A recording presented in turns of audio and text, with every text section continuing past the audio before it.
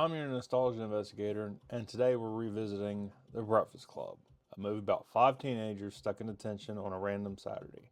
Which means, yes, once again, all this happens on some idle Tuesday energy, just with worse lighting. No phones, no Wi Fi, no parents, just detention. Which means the institution, the same one that still holds meetings about student well being, decided the solution was locking 5 teenagers in a library for 9 hours and calling it personal growth. Because that works. That checks. Nothing builds character like enforced boredom under fluorescent lights installed sometime during the Eisenhower administration. You got nowhere to go, nothing to do, and one authority figure pacing around like a mall cop who finally got jurisdiction and will be using it. Remember that guy. He's important later. The setup is almost aggressively simple. 5 teenagers from completely different social classes inside the high school ecosystem get sentenced to detention. Not jail, but the school version of jail. The kind where the punishment isn't violence, it's wasted time. They're told to sit down, shut up, and write an essay about who they think they are. Which is already a red flag because nothing says self-discovery like being ordered to reflect by someone who clearly hates his job. And that's it. No explosions, no plot twists, just people. What's wild about this movie is how little actually happens. No action scenes, no inspirational montage, no bell ringing that magically fixes everyone. It's just talking. Which, according to most institutions, is already suspicious behavior. Because the real conflict isn't between the kids, it's between people and the system they're trapped in. A system that wants silence, order, and obedience and reacts to individuality the same way a printer reacts when you actually need it to work. Institutions love efficiency. People are inefficient. And if you grew up in Gen X, you recognize this instantly.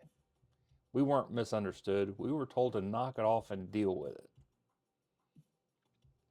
Brian, the brain. Smart kid, good grades, crushing pressure. The warning label for overachievers.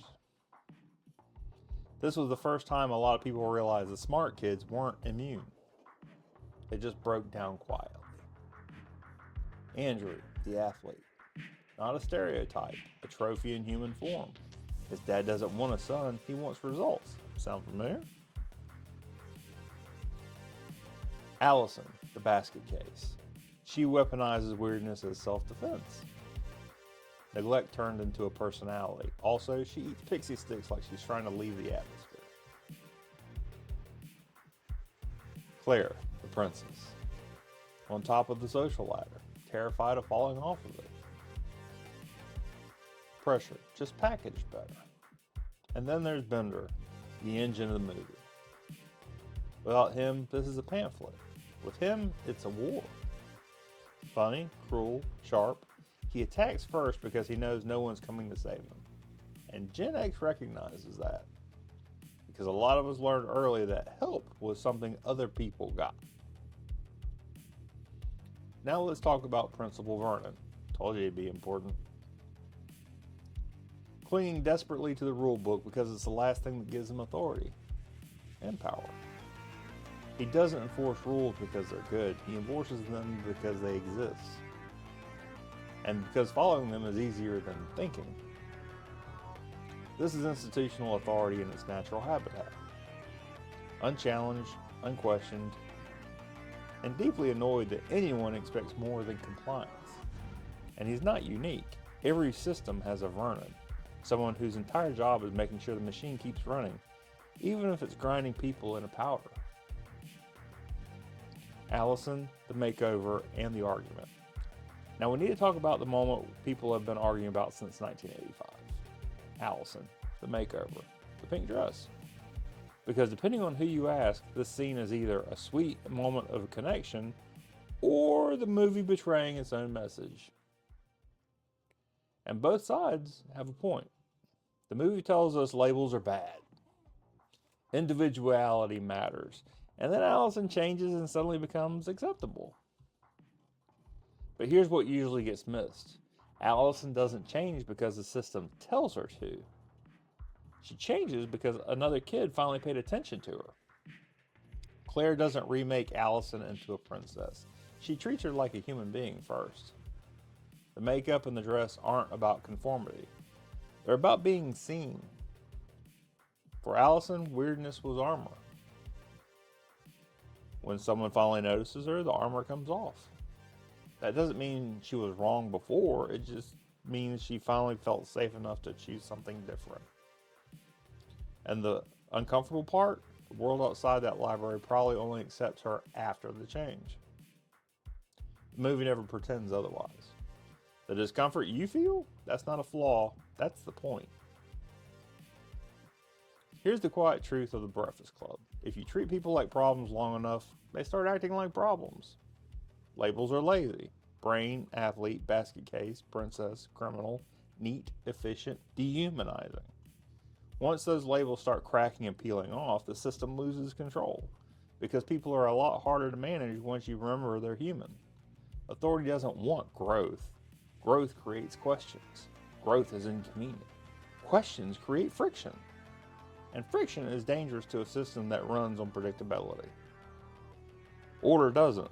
Every one of these kids is isolated, even when surrounded by people, which somehow feels more relevant now than it did in the 80s. The letter. By the end, the kids understand each other a little better. The system doesn't change. Systems rarely change. Vernon doesn't learn. The rules stay the rules, which should surprise absolutely no one. But the most important thing that comes out of detention is Brian's letter. On paper, it's just an assignment. A box checked, a requirement met, mission accomplished. Please exit through the gift shop. But instead of giving the system what it wants, Brian tells the truth. That they're not just one thing, that they're complicated. That reducing people to a single identity misses the point entirely. And that's why the letter still matters. Because institutions still want clean categories, simple explanations, people they can sort, file, and manage.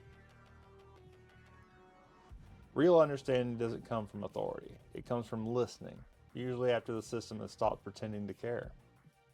And Vernon? Don't worry, he's still there, pacing, waiting for compliance, making sure nothing meaningful happens on his watch, which is exactly how institutions like it. If you watched this movie as a teenager, you probably saw who you were. If you watch it as an adult, you see who you could have been, and how little the system cared either way. If this hit for you, drop your story in the comments. This is the group therapy room after all, and remember, we remember it, so you don't have to.